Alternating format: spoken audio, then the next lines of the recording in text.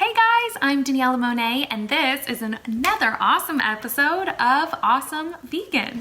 And I'm here with Elysabeth. Daniella Monet's in the house, everybody. How awesome is that? Thank you for being here. I'm excited to be here. What a beautiful home, by the way. I wish you guys can see what we're sitting in right now. Oh my gosh. Yes, well, some of you have been here before. I threw a lot of parties. Some of you have been here before my backyard. And so pretty. Yeah, so we're having a little bit of a gray day in LA. It's been a lot of gray days. Darn it.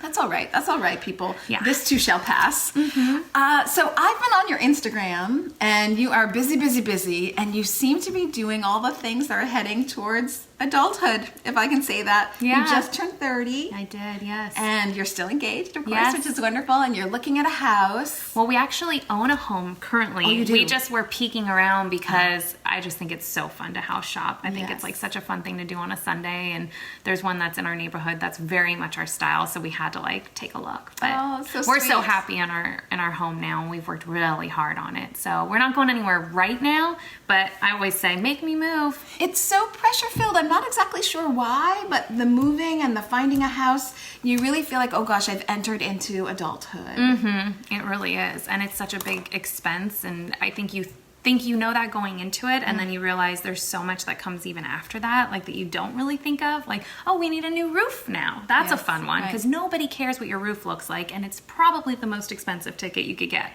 Yes. But aside from that, we love it. Yeah, and plumbing. And plumbing. Roof and plumbing. Yeah. Well, so I'm wondering if you have any tips or words of advice for people as they enter, because you've got, 2.3 million Instagram followers. So there's a lot of them now, yeah. 2.8 maybe. Yeah. So everyone really pays attention to your thoughts and feelings, and I'm wondering if you have any guidance for anybody as they get towards this stage of, real responsibility. Oh, yes. I think what helped me at an early age was working hard, and working in all different facets of life. I acted since a kid, but I used to dive into all different kinds of jobs. I worked at a gym in the kids club, which really was one of the most amazing experiences. Working with kids has been one of my favorite jobs, which I think is why I landed on Nickelodeon. And then I also worked in a restaurant, which lended itself to one of the biggest endeavors I'm a part of today, which was a vegan restaurant, Madeline Bistro in Tarzana, one of the best restaurants I've ever ate at to this day. And I think just exposing yourself to a plethora of different experiences really helps mold you into the person that really I am today. Because how would you know what you're interested in? How would you know how to be well versed in things? And then, taking whatever money that you make and being smart about it and investing is key, even at a young age. Even if you need someone to help you log into an E-Trade account or whatever, just get your feet wet. I would underscore that so much. Save every penny. And I know there's this pressure to buy the newest thing and get what everyone else has on Instagram, but save every penny. That's really how I started, is I saved every penny, and when I had enough, I bought some real estate. And that freedom that I was making money from the real estate rents has allowed me to do all the activism work that I love so much and doesn't pay, which is fine. I don't mind because I love it. It's really where my heart is. It pays in a different, bigger way. That's right. And the fact that I can do that life dream and not have to worry about the money because I figured that out earlier. It was a huge lift off my shoulders. Yeah. So I think that's a really smart thing. And then I also love that you're saying work really hard. I think there's this pressure now that life is just going to be handed to you, or it's just all going to work out. Yeah. Or even that there's some expectation of happiness, that life is meant to be easy and happy and pretty all the time, and it's not. Life is messy. Yeah, well, unfortunately, we really see a lot of pretty lives on Instagram and social media, and it's amazing. It definitely keeps you inspired and motivated to have those things in life, but I think being real is so important, and talking about the struggles or the ups and downs, and not always having a perfect life is just as important, for sure. So do you keep your Instagram life separate from your real life? No. And that doesn't bother you? The blend isn't too much for you? Sometimes it could get overwhelming. I was just saying this in the car, because you run into days where you want to promote things that are really purposeful to you and have a really big meaning, but then you also have life that gets in the way, which doesn't get in the way necessarily, it just is happening cohesively together. And you feel this like pressure to share things that mean a lot and be, you know, personable and be very turned on, but then at the same time, like, you're living your life and you're having like internal struggles, or even just tired, or, you know, maybe you found out some news that you're not talking about. It's all crazy. It's all kind of all happening together. And I think the one thing that I try to do is, like, even recently on my stories, is I'm not even putting a filter on them. I'm not really even typing anything. I just put them out there. It's like, this is my life, and if you want to watch it, you can watch it. If you don't, totally get it. You have one too. Yes, right. I love that. Yeah, I think that was another really big lesson for me is, so I'm 51, about to be 52. So, and there are a lot of benefits to getting older, by the way. I think nobody realizes that, but there's some huge benefits, and it is that you have all these life lessons under your belt. So that was a huge one for me when somewhere in my 30s I realized, but I didn't get to really execute it until my 40s, and now I got it down in my 50s. It's my life. I'm not living someone else's life. I'm living my life. And that I need to not only be true to myself, but I need to know what really fries my vegan burger, so to speak. And that takes time. And then using that learning to really live my life and not just pine for everybody else's life on Instagram, or the person in the cubicle next to me who got a promotion, or whatever it is. So. Yeah, no, it makes perfect sense. Yeah. Well, okay. So let's also talk about, because I think this is interesting, your move from being an actress to being an entrepreneur, and then really incorporating that entrepreneurial spirit with your activism. Mm-hmm. So how did you make that shift, and why did you make that shift? It kind of made the shift for me, I think, because I'd been acting for so long since I was a kid, and I still to this day audition and entertain the ideas of getting on another show. But right now, the great thing about what I'm doing is it really fulfills me. And that's the whole goal. You know, acting fulfilled me in so many ways, and it still does. And I love being able to reach masses and make them feel a certain joy, and that's why I do comedy. But aside from that, I think the activism in me has always been such a big part of my life. And I wanted to figure out a way where I could, in a just broad term, just make a vegan lifestyle accessible to the masses. And so organically, things transpired where I fell into really great opportunities, and the first investment I think I made in that space was investing in Outstanding Foods, and that was like 3 years ago, and that all happened because I knew Chef Dave Anderson from working at his restaurant, and so we had worked together for a long time. Oh my gosh. And so many cool people, like I met, you know, Tal Ronan was his sous chef at the time, so Tal and I go way back, and we met so many cool people at this restaurant. That was a big part of like my life. I was 16 years old working in a restaurant, and the reason I really worked there was because I dined there all the freaking time, and they thought, does this kid need a job? She's still here. Yeah, and she won't leave. I was on and off of shows at the time, and I just knew that there was a reason I was supposed to work there. I love food. I'm Italian. I grew up around food. So working in the restaurant industry was exciting for me, and especially in the vegan restaurant industry, because there's so much innovation. And when you work with someone like Chef Dave Anderson, the sky is the limit. Yeah. So when the opportunity came about 3 years ago to invest in a company with him alongside some of the best, greatest, most influential strategic investors out there, I did everything that I could to be 100% involved. And it's just really cool to see something come to fruition and be such a hit with people, like people that don't even know what veganism is. Like, this is going to be nationwide in the homes of people that like could potentially have bacon in their home, but also have a chip that's made of mushroom. That like I hope that transpires into something unbelievably huge. So pulling out the packaging. So this is what we're talking about. Yeah. Hey, Pig Out chips, Outstanding Foods. So this is a chip made out of mushroom. Yeah. And then there are different flavors, I'm guessing, for this. This is original. We have 4 flavors: chipotle, cheddar, and barbecue. They're all amazing. My favorite is original and cheddar, but people think the barbecue and chipotle is unreal.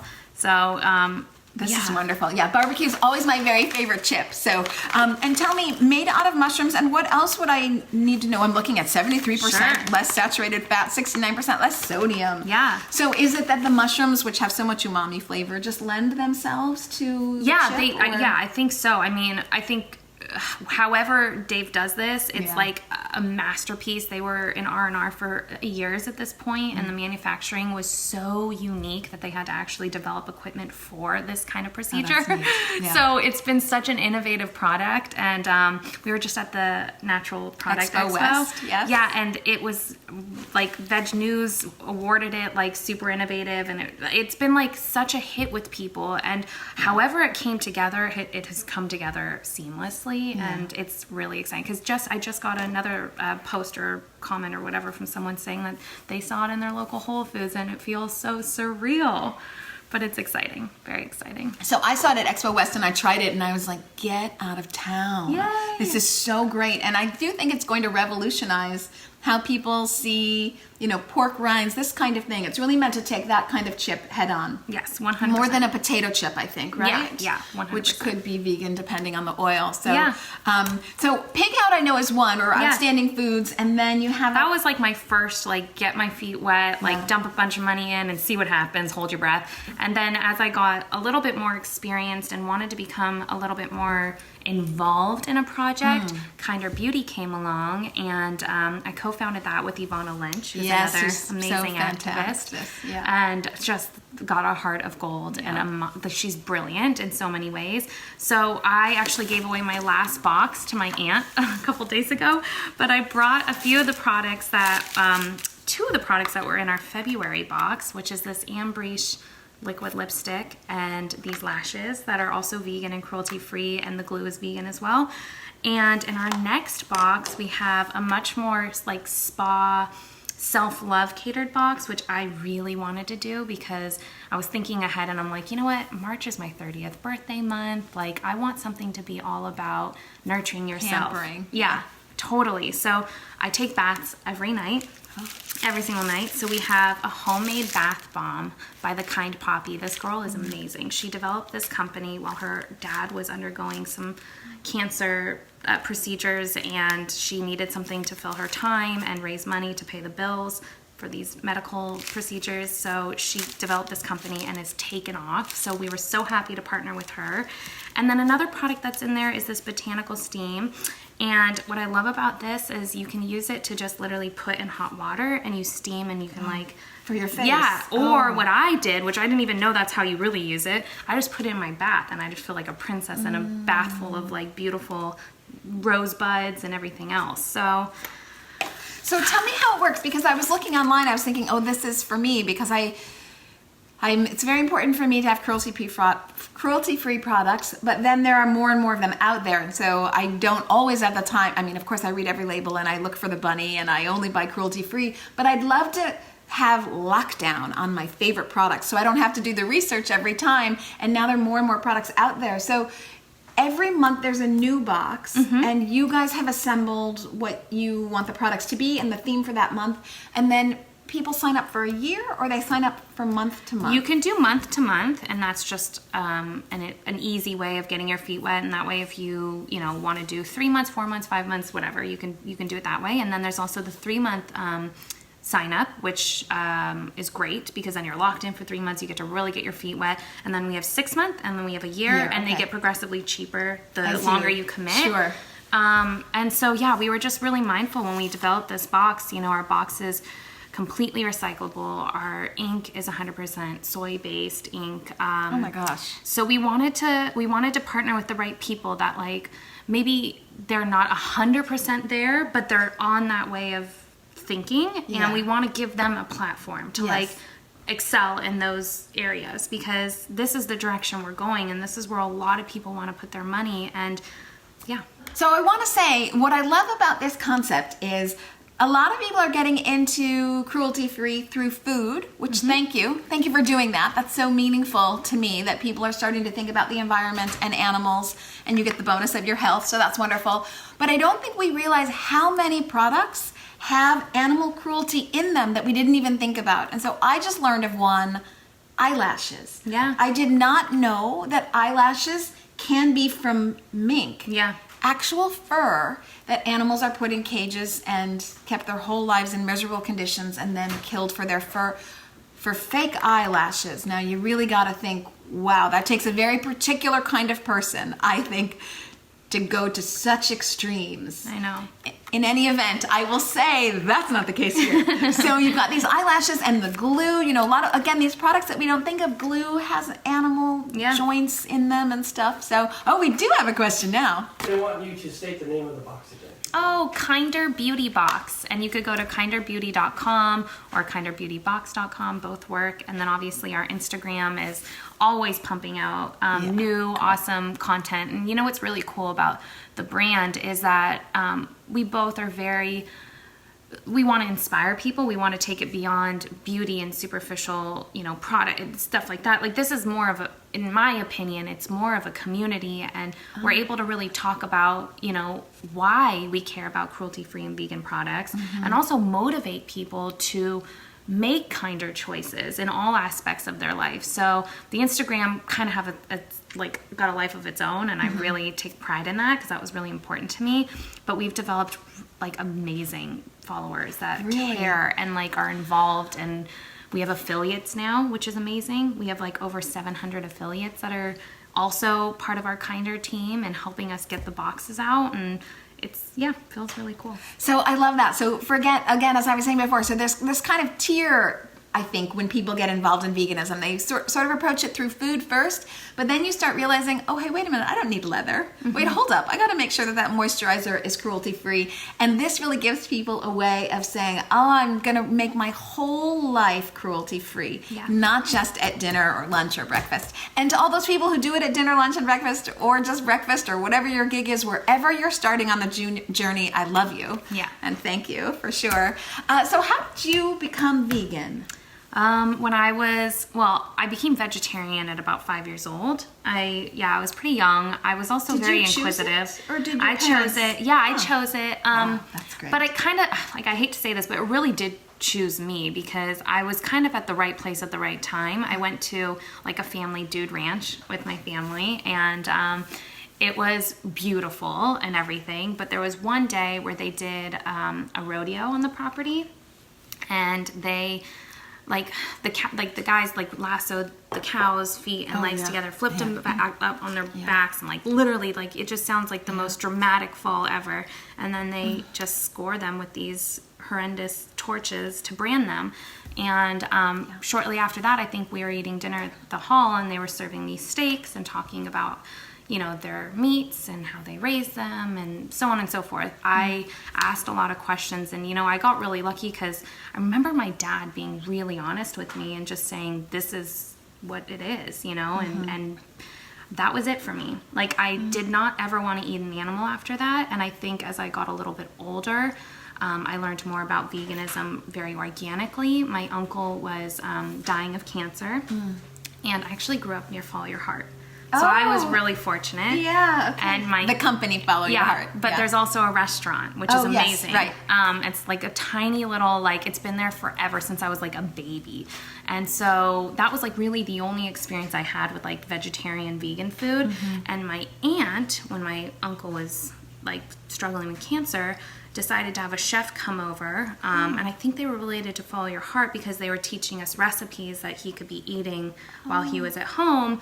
And so she was like, come on over, you know, you're vegetarian, you might like this. And I learned about veganism in that moment. And I realized, like, if you're struggling with cancer, you need, you know, to get your health in check, it's important to take away the animal products. And so that triggered that. And in middle school, in about 6th grade, so I was about 11, 12 years old, I read a book that was called Skinny Bitch, which is so weird that it's called that, but it's such an amazing, informative book about animal activism. Really? And about what writing that really down. happens in the food industry. It's so old now, but I would imagine it's pretty relevant to even today, because it talked about, like, that was the first time I ever heard about factory farming and what happens in factory farming, and that was it. I just knew, like, I had already been vegetarian, mostly vegan, and then when I was about 11 years old, I went completely vegan, And how was the transition for you? Because that's almost 20 years ago now, so not many people were doing it, and then your folks maybe were on board, or they weren't on board, or your friends at school, what did they think? Yeah, I think it's like always been, I've always kind of just been different. Like, people would always say, like, are you going to be okay? Are you going to be able to eat something? Like, or, oh, I made you this. Like, you know, people want to help you for sure.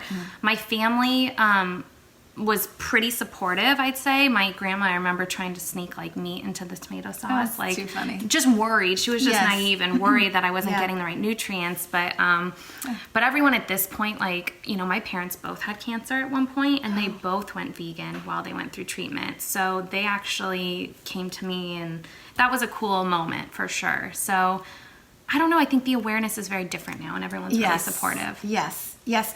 And do you find, so on Instagram, obviously not everyone who follows you is vegan. Right. What is the reception of your message? Pretty good. I think people are interested and really open-minded. Even if they aren't vegan or not eating a vegan diet, I think that they still seem pretty receptive. I get the occasional, you know, oh, we know you're vegan, which I think is funny, but it's like... Don't tell us anymore? Yeah, like, we get it. But at the same time, it's weird because it trickles into so much of your life that if I mention that I'm wearing, you know, a faux fur jacket or a faux leather jacket, all of a sudden it's, oh yeah, you're vegan, we get it. Or if I mention like my makeup or my beauty products are vegan and cruelty-free, they're like, okay, we get it. But how can you not mention it? Because it is such an important part of everything you do, and it is how it's sort of a life philosophy, right? So you want the impact that you make on this planet for other people and obviously for animals.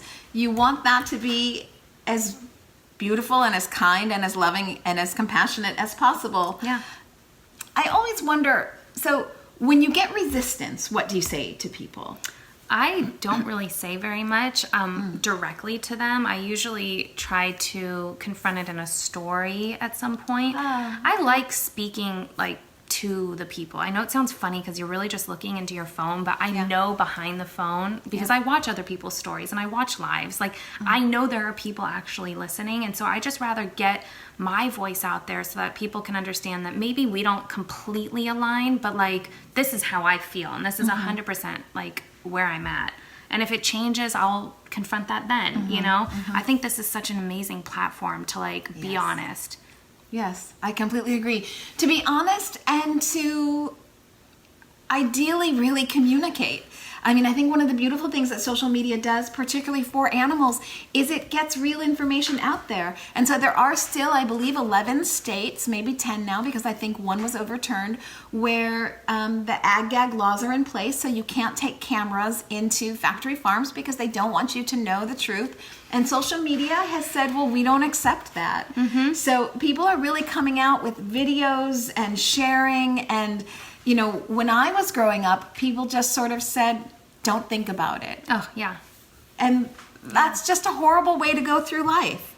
And so one of the things, again, sort of back to those life lessons about getting older, because there are so many great things about getting older. And one of them is you just sort of say, I'm not going to do what everybody else wants. I'm going to do what I want. And I don't care what people say about that. And so there's that confidence to say, I'm living my life the way I want to live it, and I'm just not going to care what other people think. And there's a lot of power in that. And there's a lot of also community in that. Because a lot of people really choose to live their life that way. And I think that comes out on social media. 100%. It feels so good to be able to be... I always use this word purpose, but I feel like I was like gifted a purpose so early on. And I hear even my own fiance, like we have these bracelets that we wear with like different sayings on them, and he just made one for himself, and it says purpose on it, because sometimes you feel like you know what you're setting out to do, and then that changes as you get a little older. And I don't know, I just think constantly sort of asking yourself, like, am I being fulfilled? Am I doing what I feel is right? Am I serving a purpose? Like, gives you this confidence that I can barely put words. Yeah, I'll add to that, and I'll say it gives confidence and it gives a lot of joy. Yeah. When your life philosophy aligns with your actions, it's all joyful. I never thought I'd get that boost when I went vegan. I knew I'd be doing the right thing, and I knew it'd be better for my health and better for the planet, and I love animals, so that was very important for me. But I never realized what would be lifted off of my shoulders just by knowing that I'm making the right choice, and I don't have to hide or pretend I don't know the facts when I really know them, or just sort of look the other way. I don't have to do that anymore, and that is a huge relief. And there's a lot of joy in that. Oh, so much. And again, I just can't like sing the praises of social media enough, because I feel like we get to partake in a movement. I mean, we're seeing change right before our eyes because we're in everybody's living room when people are saying, oh, Meatless Monday, or I'll try Beyond Meat, or I'll pig out chips, or, you know, and to see people sort of babies in veganism and try it out and test it and like it, and that just is so much fun. I know. It's so exciting. It feels like it happened so quickly, but I know how much there is to still go, which is even more exciting. Yes. But it feels cool to be a part of it, you know? Like, if I could explain, like, from when I first went vegan, it was literally like a foreign term. I remember being on set and then being like, well, we don't know where to get food for you. Like, there was one restaurant that near my first, when I was on a show on CBS, it was called Real Food Daily, and that was like love Real Food Daily. That was amazing, because if there was going to be one restaurant, I was so lucky to have Real Food Daily nearby. So they would cater in Real Food Daily for me, which was like, sweet. I was so spoiled. Imagine every day you don't even have to think, like, you're getting something delicious. But nowadays, if you want to get something to eat, like, now Carl's Jr. has the Impossible Burger. Like, you can just, on a budget, like, yeah, it's so exciting. It's pretty awesome. I'll throw out some statistics there from the Good Food Institute, so thank you to them for giving me these. 11% of all menus now have vegan options. And so it doesn't have to be a vegan restaurant. Literally, you can go to all, you know, many more restaurant choices now, and they're going to either have a separate vegan menu, which is awesome. Somebody whipped out one for me the other day, like a steak joint, and I was like, wow. Yeah, or they've just got incorporated into the menu some plant-based items that's not just pasta. So, you know, we've kind of moved. Or a baked potato and steamed broccoli. Yes, we've moved beyond that, which is so fun. So, and some other fun statistics. This was from 2017, so we don't even have the number for 2018 yet. Grubhub plant-based orders were up 19%. Oh, I don't doubt that. 2017, I think that's pretty awesome. The biggest growth is actually coming from meat eaters. So not people who are self-identifying as vegan or vegetarian or changing over 100%, but people who are just incorporating more plants. And so you're seeing, I think, 83% of meat eaters have said they've now tried something plant-based, or they're open to trying, not to changing, but to trying. So that in and of itself, you know, if everyone could give up one meal, 1/3 of the way there, you know. So I'm vegan in the whole, like, I got the whole thing, you know, under my belt. I am vegan. But for somebody who doesn't want to be all that, anything you do is awesome. It makes a huge impact. My fiance calls it conscious eating, which I love, because, you know, I don't think it's really our fault necessarily for not understanding what the truth is and where our food comes from. And a lot of people are very naive, or it's just built-in messages that they've grown up hearing. But when you become a conscious eater, everything changes. You know, you think about the things that you eat, and whether you're going to eat the meat or not, if you have that thought process, at some point, I really believe that you will choose kinder choices. I would think so, because as a society, we talk so much about the violence that we have in our society, school shootings and other things, and we're all worried about how violent society has become. And then 3 times a day, we're basically ingesting violence and cruelty. I think it's hard to not see a link there. So if we care about our future for our kids and our society as we move forward, it seems that conscious living and conscious eating and compassionate choices would be kind of the way to go. Okay, so let me ask you a couple other questions that I have for you. Now, these are kind of quick and fast and one-word answers, if you can, if you know, or short answers, like off the top of your head. What are we always going to find in your fridge? Oh my goodness, tomatoes. Oh.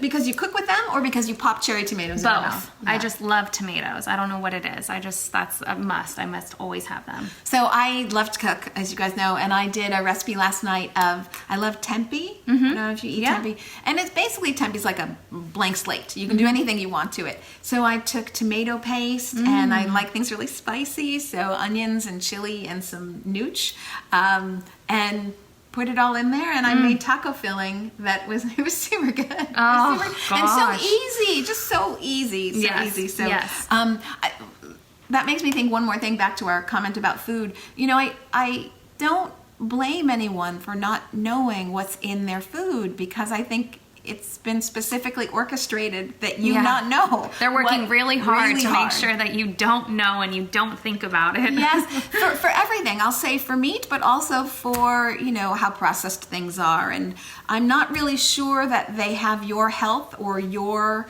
best life in mind when they're putting things out, which is one of the reasons I like Pig Out so much and Outstanding Food. So thanks for doing that. But I will say this. I digress a little bit. You watch TV and you look at politics and you think like, okay, all Republicans hate Democrats, all Democrats hate Republicans. It's a complete mess. The world is out of control. And then you say, well, hold up. I am actually empowered.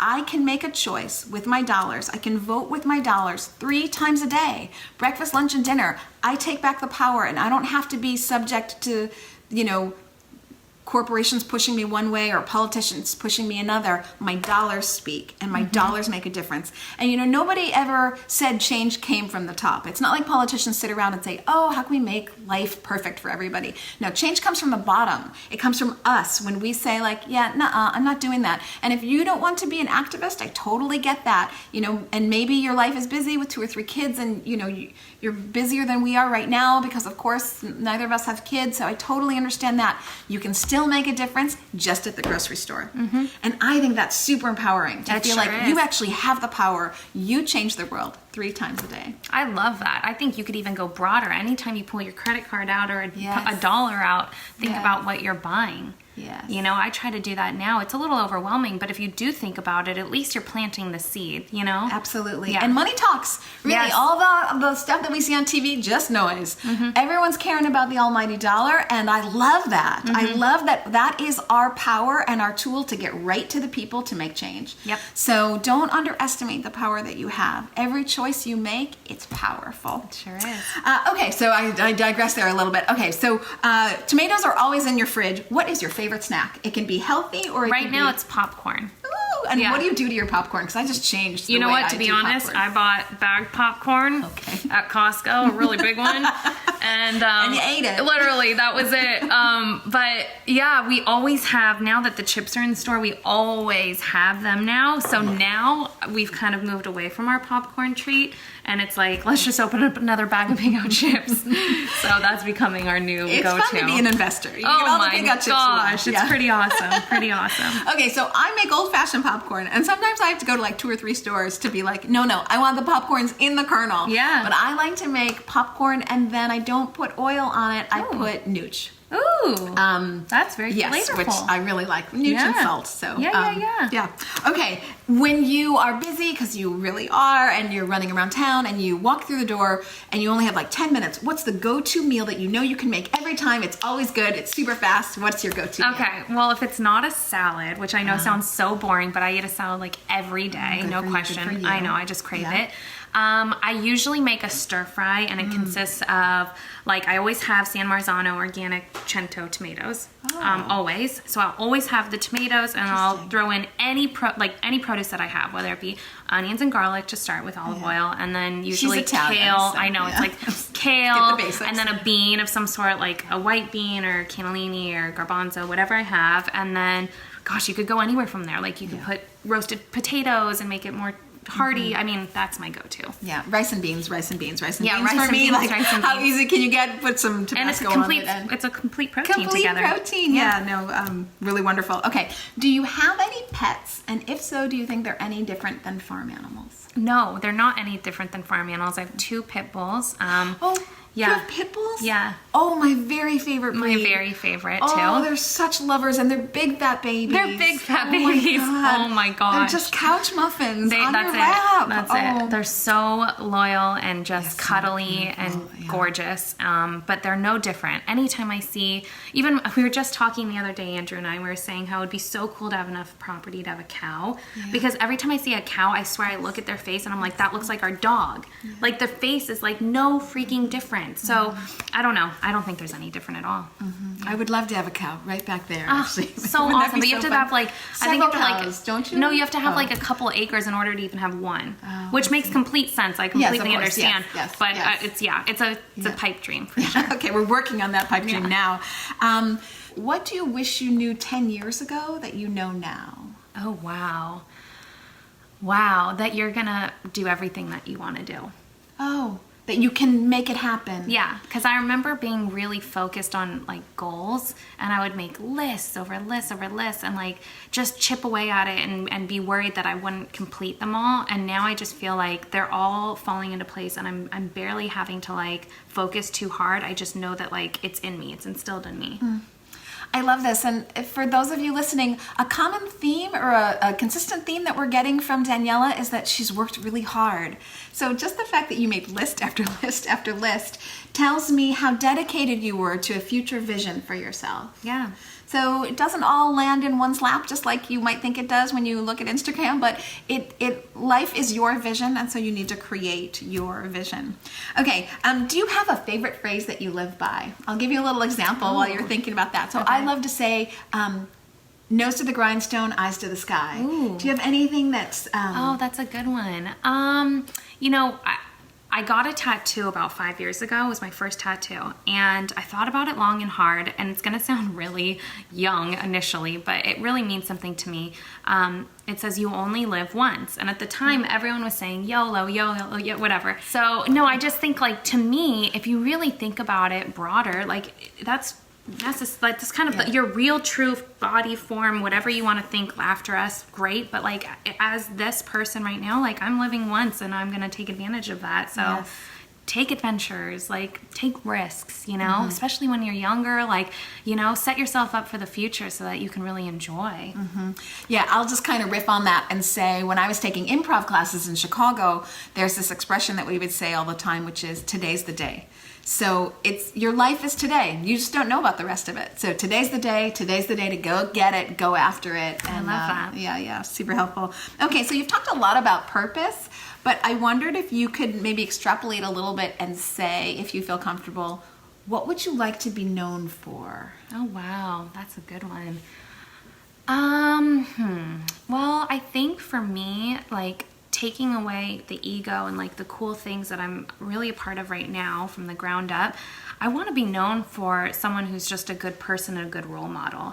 A role model for me has always been important, and I think being on Nickelodeon for like 12 years, I grew up in a lot of families' homes, and I was babysitting as well. Like I still am very involved with like a lot of kids in my family. I'm the oldest of my cousins. I just want people to look up to me and think like she may not be perfect, but she's doing the best she can. And I just hope that like people would call me a role model. That's wonderful. And I think many do, actually. I hope so. I think many do. Just because so many I have people a lot to learn, but I'm willing to like I'm willing to like share along the way, you know? I'm willing to figure it out at least. So I'll just shout out, if people don't already follow you, go ahead and follow you, because this is the kind of great content that you're going to get. Is it just Daniella Monet on Instagram? Just my name.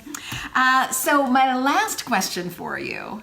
What are your predictions for the future? It might be veganism, it might be activism, it might be climate change. Ooh, gosh. Big one, I know. That is a big one. Catch all. Sometimes I tell myself not to really go down this rabbit hole because it can get me a little weighed down. But I'm going to take the positive approach, and I think like we're all having such amazing conversations right now, and I see this as just a jumping off point. You know, the fact that we're even talking about climate change and what a plant-based lifestyle can do for the planet, that's like beyond us, and we have so much power. So I think like we're all going to recognize our power, and we're going to unite a lot more, and we're going to make this world a better place. Yeah, no, I would really, really agree with that. I think politics is going to take less center stage, and we're going to become center stage, and everyone is voicing what they want, and we're going to get a world that makes a lot better sense for us, for the planet, for animals. I also think in the research that I do, so like I said, I've got some stats from Good Food Institute, and I'm a plant-based reporter, so I'm always talking to Tyson or Cargill or other places. Cool.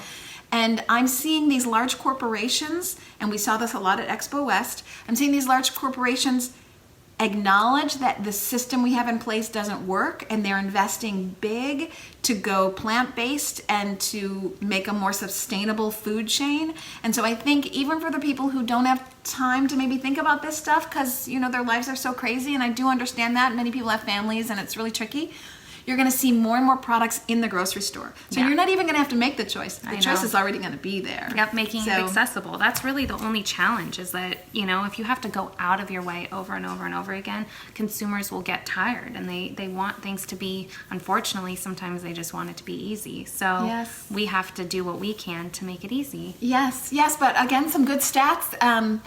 I think I saw from Good Food Institute that 2018 over 2017, plant-based options were up 19% Wow. in households, and plant-based meats specifically were up 23%. And you kind of got this when you went to Expo West. The Expo West food show got the subtitle of a natural food show. So that could be anything, right? That could be grass-fed beef. I mean, natural basically is Yeah, it's broad. undefined. Yeah. But it was 9-to-1 plant-based foods. I know. Coming to market. I mean, there was a little bit of grass-fed. There was a little bit of keto. But basically, it was a plant-based show. It really felt like that. And that's what's going to market. So cool. Yeah, it's going to be So a very, very fun and interesting time, and I think we're going to see a lot of animals doing a lot better, which will just be wonderful.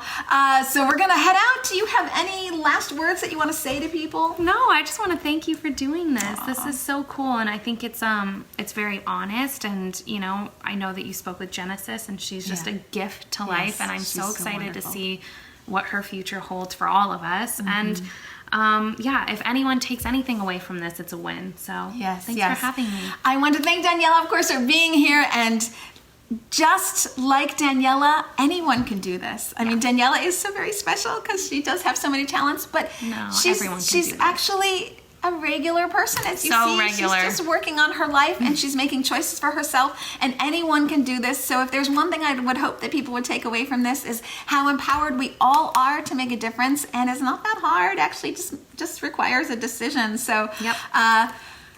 follow Daniella on Instagram. Follow me on Instagram if you feel like it. Of course. Get a Kinder Beauty box. Yeah, That's please there subscribe, too. or at least follow us on Instagram Hang and just be a out. part of We love making you. kinder choices. Yes. And I got a shout out to my peeps too. Brew Doctor, love you. Thank you for keeping me hydrated. This has been super fun. And I think now you're headed to Vegan Scene. Yeah, I we're gonna go love visit you, the girls Vegan over there. Scene. I love you, Vegan Scene. So thanks for watching, everybody. watching, and thanks guys. for being vegan.